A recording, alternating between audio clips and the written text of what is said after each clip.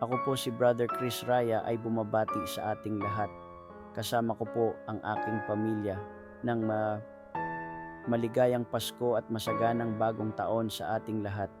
Ang bagong taon, mga kababayan, kaibigan, mga kapwa ko lingkod, at sa ating lahat na ang pagbabago ng lahat lalo na sa ating buhay, hindi ito nakasalalay sa pagbabago ng taon.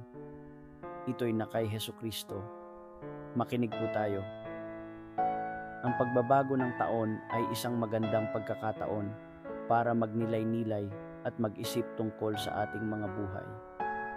Habang nagpapalit ang kalendaryo, nagkakaroon tayo ng pagkakataon para magsimula ng bago, magtakda ng mga bagong layunin at magpatnubay ng mas mabuting desisyon. Pero ang tunay na pagbabago ay hindi nagmumula sa pagpalit ng kalendaryo, kundi mula sa pagbabagong buhay na kay Kristo. Ang tunay na pagbabago ay nangyayari kapag tayo ay nagiging bagong nilalang sa pamamagitan ng pananampalataya kay Hesukristo. Narito ang ilang dahilan kung bakit ang pagbabago ay na kay Hesukristo, dahil mas malalim ito at makapangyarihan kaysa sa pagbabago ng taon. Una, pagbabago ng puso. Change of heart. Ang tunay na pagbabago ay nangyayari sa puso, hindi lamang sa panlabas na kilos. Kapag tayo ay naging bagong nilalang kay Kristo, nagbabago ang ating mga pagnanasa, mga prioridad, at mga pananaw sa buhay. Pangalawa, pagkakaroon ng bagong buhay. Having a new life.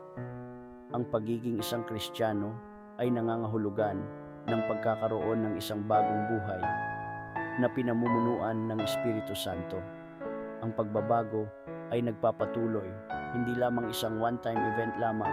Pangatlo, pagiging kapiling niya, being with Him. Ang pagbabago ay hindi nagagawa ng ating sariling lakas, kundi sa pamamagitan ng pagiging kapiling ni Kristo. Ang kanyang pag-ibig at biyaya ang nagtutulak sa atin upang magbago at lumago. At pangapat, walang hanggang pag-asa. Eternal hope. Ang tunay na pagbabago ay nagdudulot ng walang hanggan pag-asa.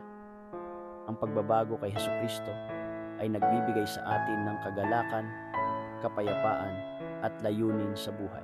Sa pagtatapos, ang bagong taon ay isang magandang pagkakataon upang magnilay-nilay at mag-isip tungkol sa ating mga buhay. Ngunit ang tunay na pagbabago ay nakakamit lamang sa pamamagitan ng pagiging bagong nilalang kay Kristo.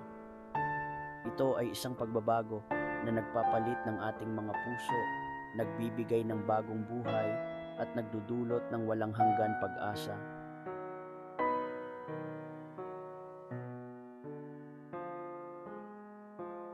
Thanks God, nawa nagustuhan nyo ang aking video. Sa ngayon lang po nakapanood ng video ko ay follow nyo po ako. Sa YouTube, please subscribe at Bro Chris channel at follow sa aking Reels sa Bro Chris Montad Raya at like. Subscribe, share, and comment. Thanks for watching and listening. God bless you. The Word of God is a guide in daily life.